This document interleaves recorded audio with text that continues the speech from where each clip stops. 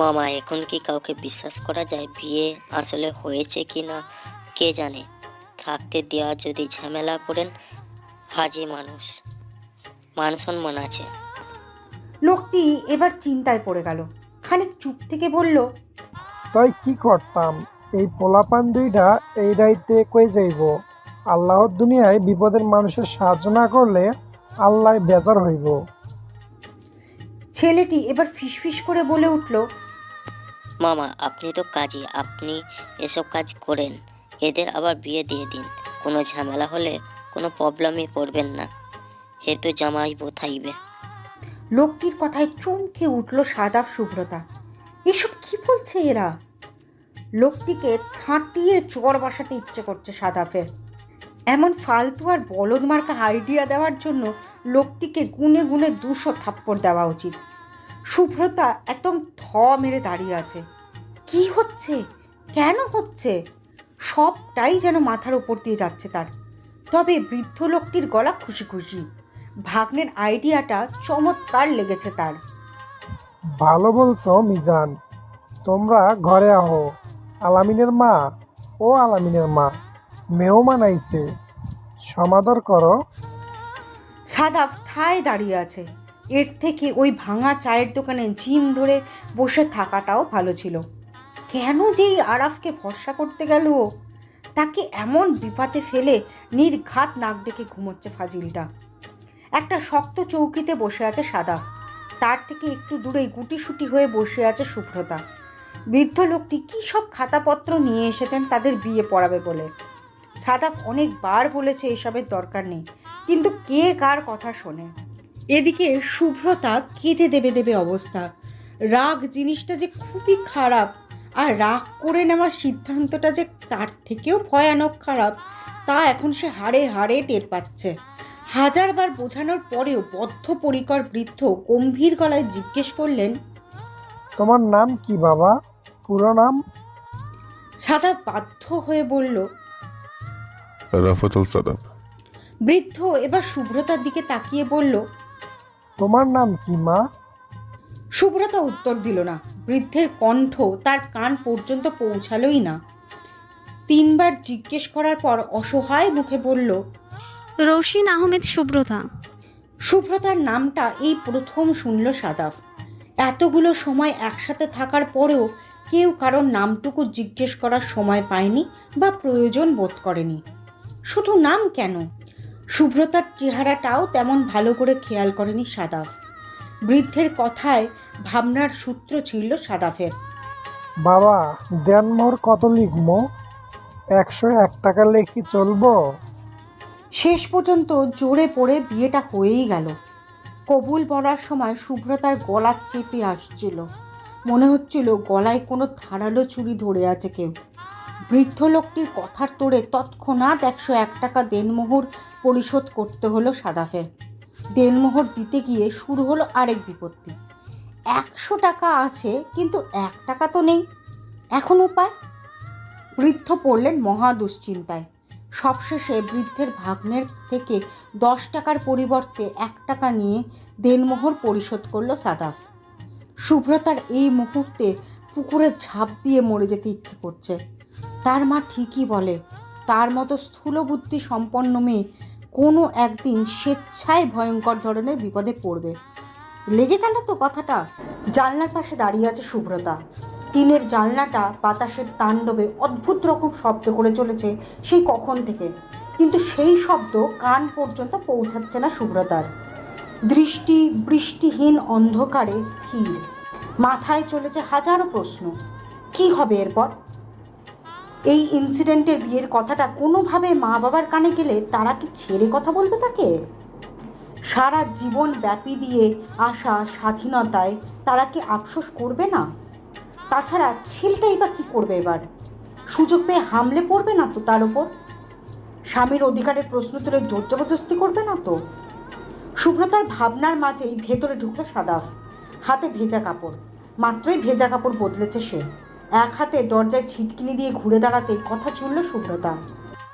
দেখুন, বিয়ে হয়েছে মানে যে স্বামীর অধিকার ফলাতে আসবেন তা কিন্তু হবে না। আমি এই বিয়ে মানি না।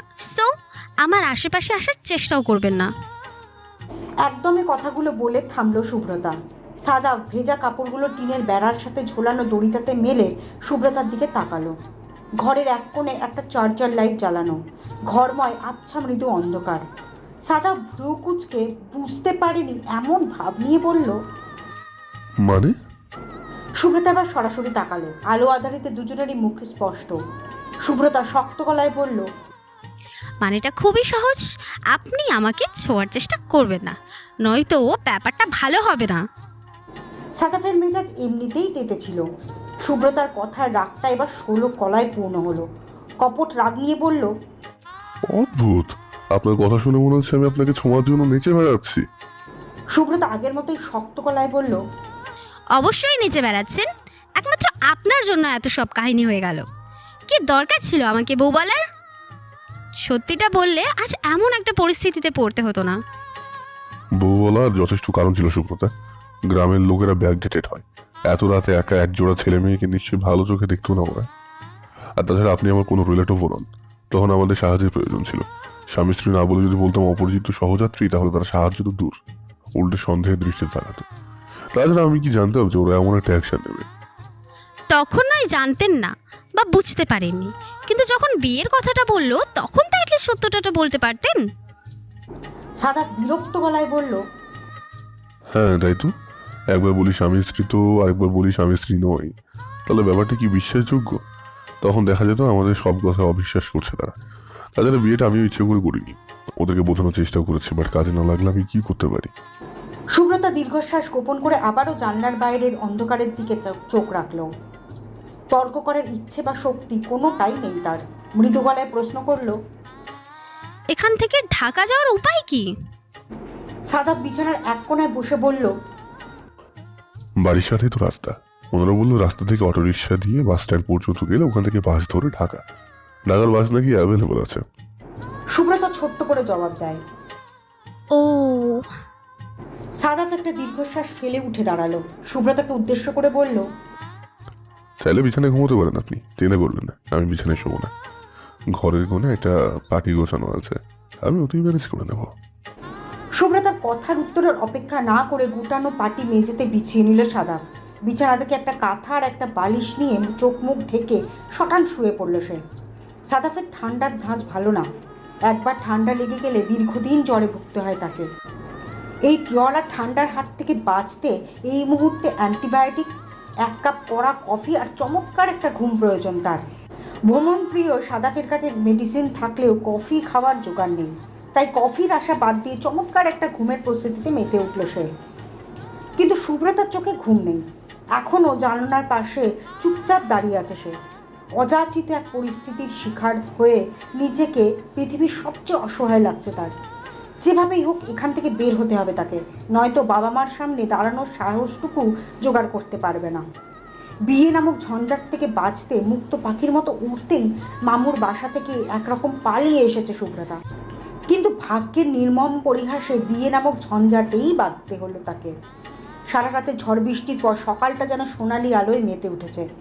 গাছগাছালিগুলো সারা রাত ধুয়ে পরিষ্কার হয়ে সূর্যের নরম আলোয় নিজেদের স্নিগ্ধ রূপ দেখাতে ব্যস্ত হয়ে পড়েছে। পাখির কিচিরমিচির আর মানুষের ব্যস্ত কথাবার্তার কলরবে ঘুম ছুটে গেল সাদাফের। আর মোড়া ভেঙে চোখ পিটপিট করে তাকালো। ডান পাশের টিনের জানলাটা খোলা, সেদিক থেকেই রোদের ঝিলিক এসে লাগছে তার চোখে। জানলার বাইরে ঝকঝকে নীল আকাশে কয়েক সেকেন্ড দৃষ্টি নিবদ্ধ করে উঠে বসে সাদাফ। সচেতন চোখে বিছানার দিকে তাকায়। বিছানা ফাঁকা। সাদাফের কপাল কুঁচকে আসে। বালিশের পাশ থেকে ফোনটা নিয়ে সময় দেখে 8:20। গ্রামের ঘড়িতে 8টা মানেই অনেক বেলা। সাদাফ তাড়াতাড়ি উঠে দাঁড়ায়। দরজার ছিটকিনি খোলা। সাদাফ সতর্ক চোখে এদিক ওদিক তাকায়। কাঁথার বালিশটা বিছানায় তুলে রেখে পাটি গুটিয়ে দরজার পাশে রাখে সে। মনে মনে শুভ্রতাকে খোঁজে। কোথায় গেল মেয়েটা? দড়িতে শুকাতে দেওয়া কাপড়গুলো গুছিয়ে ব্যাগে রাখতে গিয়ে ব্যাগের পাশেই ভাঁজ করা কাগজ চোখে পড়ে তার।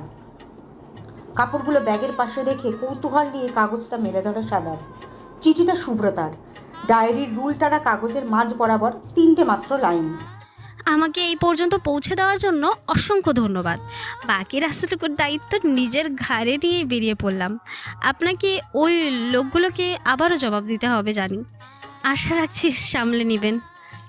এক পলকে 3টা লাইন পড়ে নিয়ে আগের জায়গাতেই কাগজটা রেখে দিল সাদাফ। সুব্রতা চলে গিয়েছে জেনে কোনো ভাবাবেগ হলো না তার, যেন এমনটাই আশা করেছিল সে। সুব্রতার কথা বেমালুম ভুলে গিয়ে কাপড়গুলো গুছিয়ে ব্যাগে রাখতে রাখতে এই লোকগুলোকে কিভাবে ম্যানেজ করা যায় তাই ভাবছে সাদাফ। মিথ্যা খুব ক্রিটিক্যাল একটি পার্ট। সত্যের মতো হুট করে থমকে দাঁড়াতে পছন্দ করে না মিথ্যা। সে আপন গতিতে এগিয়ে যায়। একবার মিথ্যা বললে সেই মিথ্যাকে শক্তপোক্ত করে গুটি গুটি অসংখ্য মিথ্যার জন্ম নিতে হয়, তারপর সরে যেতে হয় সত্য থেকে অনেক দূরে। ব্যাগ গুছানো শেষ করে জানলা ভেদ করে আকাশের দিকে তাকায় সাদাফ। কি একটা অদ্ভুত সম্পর্কে জড়িয়ে গেছে সে আর সুব্রতা। কয়েক ঘন্টার পরিচয়ে না চাইতো স্বামী স্ত্রীর মতো পবিত্র বন্ধনে বেঁধে গেছে তারা। অথচ সুব্রতার চেহারাটা ঝাপসা ভাবেও মনে পড়ছে না সাদাফের, হয়তো কখনো পড়বেও না। দ্বিতীয়বারের মতো দেখাও হবে না তাদের এই সম্পর্কের কথা জানতেও পারবে না কেউ। পৃথিবীর বুকেই রাতের অন্ধকারের সাথে ধামাচাপা পড়বে সব। কি অদ্ভুত এই পৃথিবী, কতই না অপ্রকাশ্য গোপন গল্প ধেবে আছে তার বুকে। সাদাফ দীর্ঘশ্বাস ফেলে ঘর থেকে বেরিয়ে যায়। যত তাড়াতাড়ি সম্ভব ঢাকায় পৌঁছানোর ব্যবস্থা করতে হবে তাকে। মাঘের মাঝামাঝি, শীতের তাণ্ডব শেষ হয়ে ফাল্গুনী রঙে সাজতে প্রস্তুত প্রকৃতি। তবে ঢাকায় গ্রীষ্ম, বর্ষা, শীত এই 3 ঋতু ভিন্ন অন্য কোনো ঋতু বোঝার উপায় নেই। পহেলা ফাল্গুনে বাসন্তী রঙের শাড়ি পরে রাস্তাঘাট, পার্ক, রেস্টুরেন্টে মেয়েদের বহর না ছুটলে ফাল্গুন মাসের খোঁজটাও ঠিকঠাকভাবে জোটে না সাদাফের। বনানীর 8তলা অ্যাপার্টমেন্টের 7 তলায় বসে ফাল্গুনের সুবাসটাও খুব একটা পায় না সে। অফিসের এত ঝঞ্ঝাটের ভিড়ে ঋতু গোনার সময় আছে নাকি তার? তবুও বর্ষাটাকে বেশ মনে ধরে। এই বর্ষার এক রাতেই তো ঘটে গেল অদ্ভুত এক ঘটনা। কাজের অবসরে 2-3 মাস অন্তর হুটহাট সেই রাতটার কথা মনে পড়ে যায় সাদাফের। খানিক বাদে আবার ভুলেও যায়। মাঝে মাঝে নিজের মনে হাসে আর ভাবে তারও একটা বউ আছে, অন্ধকারে ঢাকা বউ। শীতের সকালের মিষ্টি আমেজ কাটিয়ে কম্বল ঠেলে উঠে বসল সাদাফ। কাচের জানলা ভেদ করে সোনালি রোদ এসে পড়েছে মেঝেতে। 4 কোণা আকারের রোদ। রোদের এই 4 কোণা রূপের কারণটা ঠিক ধরতে পারল না সাদাফ। বিছানা গুছিয়ে ফ্রেশ হয়ে রান্নাঘরের দিকে পা বাড়ালো সে। আর চোখে ড্রয়িং রুমের ঘড়িতেও চোখ বোলালো। 7:20। তাড়াহুড়ো করে চায়ের পানি গরম দিয়ে ডিমের অমলেট করতে ব্যস্ত হয়ে পড়ল। কড়াইয়ে তেলটা গরম করে আসতেই কোকিলের ডাক কানে এলো। 1 বার, 2 বার, 3 বার। কোকিলের ডাক কানে যেতেই দরজার দিকে সতর্ক দৃষ্টি নিক্ষেপ করলো সাদাফ। দরজার কলিং বেলের আওয়াজটা শুনে মাঝে মাঝে নিজেই কনফিউজড হয়ে পড়ে সে। অবিকল সত্যিকারের কোকিল।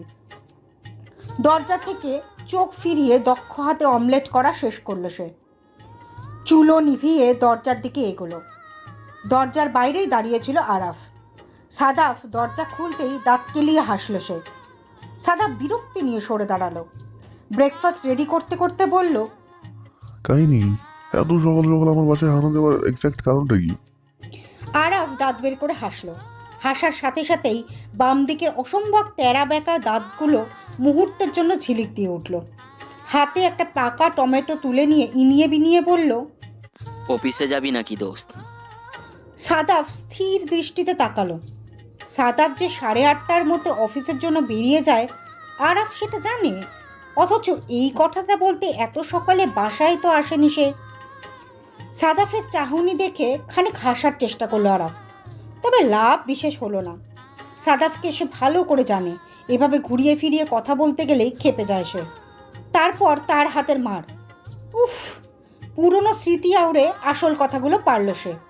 আসলে দোস্ত, আজ সন্ধ্যায় কি ফ্রি তুই?